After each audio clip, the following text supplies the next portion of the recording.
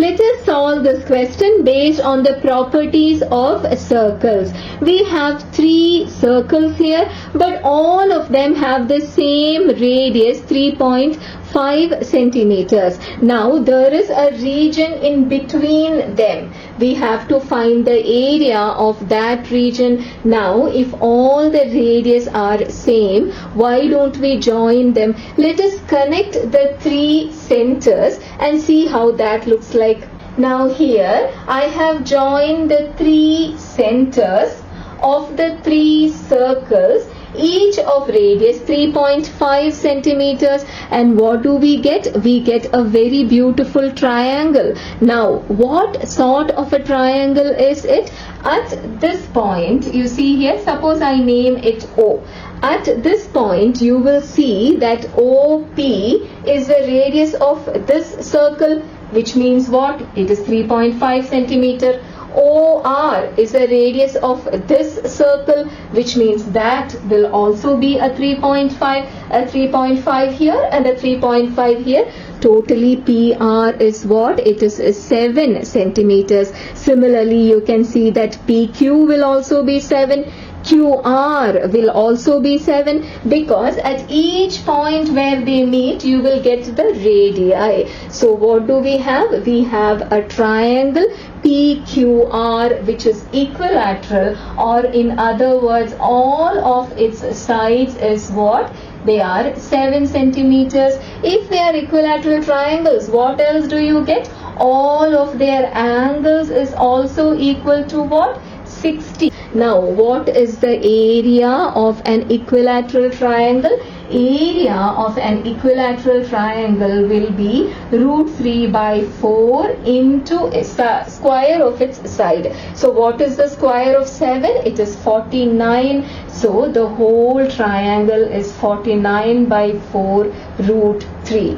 Now we have found the area of the whole triangle to be 49/4 √3. Now is that what we need? No, we need the area of this small region. So what do we have to do?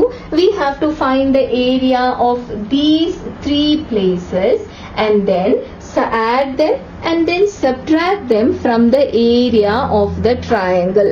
Now how do we find the area of these 3 places that you see here? What are they called? They are called as sectors.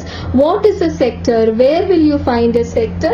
A sector is something which you will find in a circle.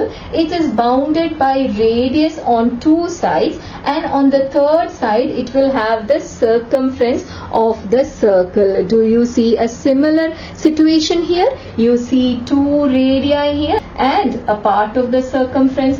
So you see that not only are all the 3 of them sectors, they will all have the same area. Why is that? The area of any sector, in particular I will take the first sector.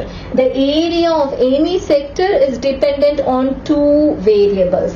Its formula, what is its formula? It is pi r square by 360 into theta. The theta is the angle that it makes and r is the radius. Here what do you see?